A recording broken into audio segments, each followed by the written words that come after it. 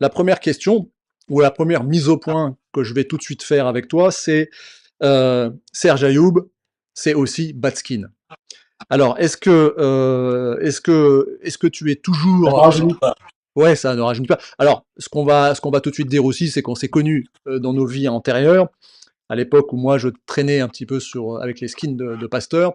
Et là, je voudrais mettre au clair une chose, c'est qu'en fait, euh,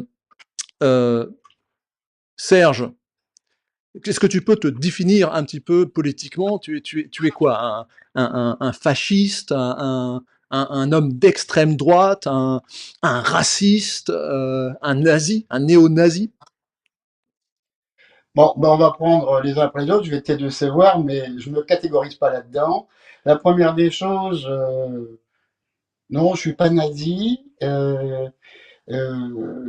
Pour plusieurs raisons, hein. Déjà, parce que ce sont des gens qui ont envahi la France et à partir de là, les gens qui imposent à mon peuple, à moi et à ma famille, des idées et, euh, et leur présence de force, c'est inadmissible. Ça, c'est le premier point. Le deuxième point, idéologiquement, je ne suis pas d'accord sur les thèses nazies.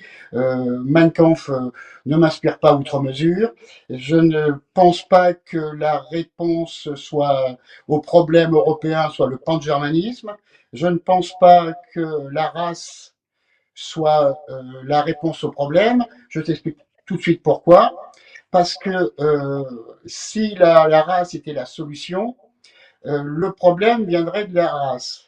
Et on s'aperçoit actuellement, si on y réfléchit bien, que évidemment dans ceux qui dominent le monde, et là je fais de la caricature hein, exprès, hein, euh, il y a bien sûr Rothschild, hein, mais il y a aussi les émirs du Qatar, il y a aussi ben, des Pinot Valenciennes, des Bolloré, il y a aussi ben, des potentats africains, et on s'aperçoit avec aussi les Rockefeller que nous avons des protestants, des catholiques, des juifs, des musulmans, des noirs, des blancs, des jaunes, qui n'ont pas en commun ni la race ni la religion, mais cette dynamique vicieuse qui est le pouvoir et l'argent ensemble.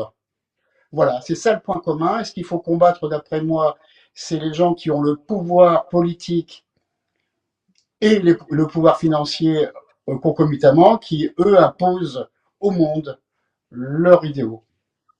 Ouais, alors Ça, là, c'est pour le nazisme. ouais, je suis Pour le absolument. fascisme, oui, pardon. Non, non, je t'en prie, continue, continue.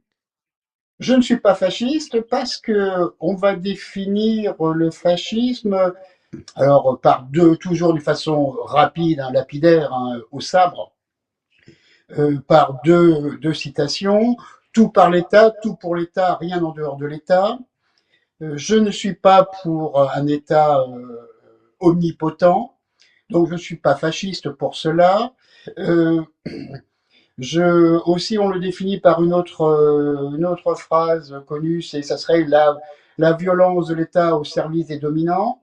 Je ne veux pas être au service des dominants. Je veux être au service de mon pays et de mon peuple. Chose tout à fait différente. Hein. Je suis donc beaucoup plus dans la respublica, dans le bien commun.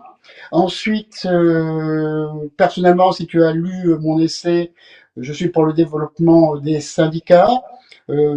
Tu sais par expérience que le fascisme combat le syndicalisme et y oppose les corporations, ce qui n'est pas du tout mon cas.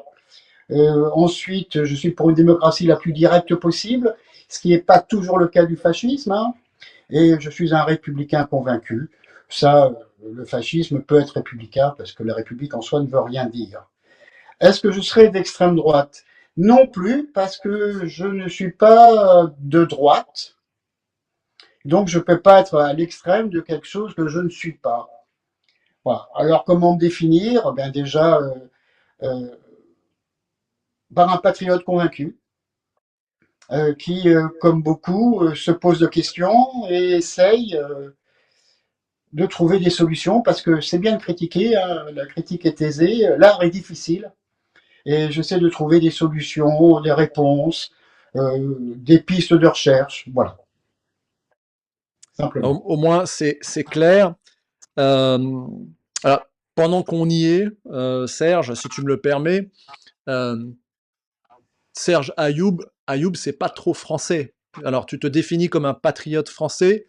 Est-ce que tu peux nous expliquer, est-ce que un nom français, entre guillemets, euh, pure souche, peut être patriote? Tu peux nous expliquer un petit peu comment Alors, il faudrait demander à Besancenot s'il est patriote.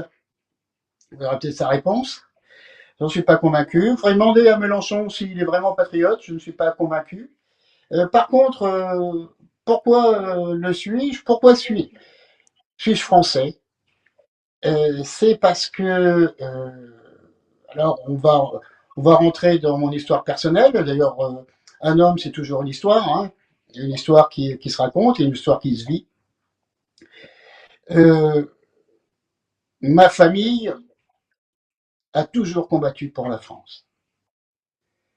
Mon arrière-grand-oncle est mort dans les tranchées.